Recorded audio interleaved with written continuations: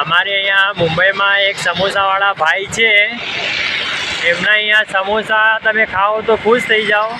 હમણાં હું ત્યાં જ જાઉં છું અને એક સમોસો 10 રૂપિયાનો, પણ એક જ વારમાં એક કઢાઈમાં કમસે કમ 80 થી 90 સમોસા ઉતારે છે ભાઈ. તમે જોઈ લો પોતે. એવો વિચાર આવ્યો, પછી મેં કીધું હારું તો જોઈએ કરીએ છીએ. આજે હું અહીંયા પપ્પુભાઈના સમોસા ખાવા આવ્યો છું. આ પપ્પુભાઈ છે જે હર 15-20 મિનિટમાં 150 થી 200 સમોસા નીકાળે છે અને એક જ વારમાં પતી જાય છે. તમે આ જુઓ ભીડ, અહીંયા ઘણા બધા લોકો સમોસા ખાવા ઊભા છે. તમને હું આખો વિડીયો બતાવું.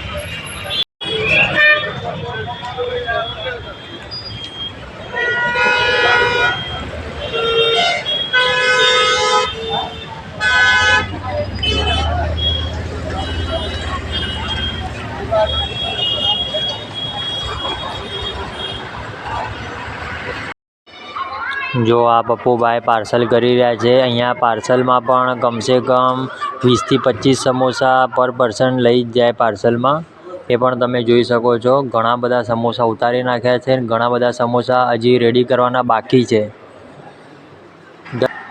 સાથે સાથે પપ્પુભાઈ જલેબી પણ બહુ સરસ બનાવે છે, એ પણ હું તમને બતાવું. જલેબી બનાવી છે ભાઈ, આજો આર્યા.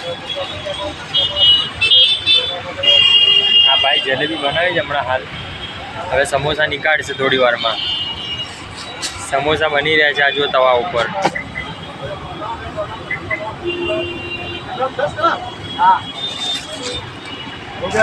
થોડી વાર લાગશે, હજી 10-15 મિનિટ થશે.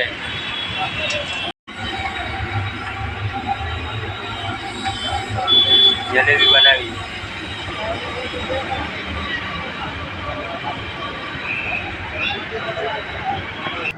હા કાકા સાંજે 4 વાગે લાડી લગાવે અને 8:30 વાગ્યા સુધીમાં વકરો પૂરો કરી દે.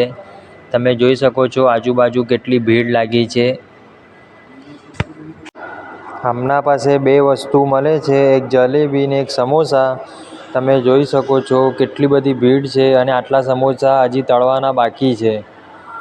એટલે તમે અહીંયા આવો ક્યારેક મુંબઈમાં તો સમોસા અને વડાપાઉં ખાવાનું ના ભૂલતા. અને આમના પાસે આવો મુંબઈમાં તો સમોસા અને જલેબી ખાવાનું અચૂક ના ભૂલતા. મારા જેવો એકવાર આવ્યો હોય નાસ્તો કરવા તો 2 થી 3 તો ગરમના ગરમ ખાઈ જ લે. તમે કેટલા ખાઓ એ પણ મને જરૂરથી કહેજો.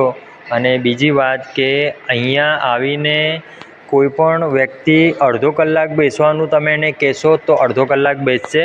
એનું કારણ એક જ છે કે આ કાકાની ક્વોલિટી અને ક્વોન્ટિટી બંને માયને રાખે છે.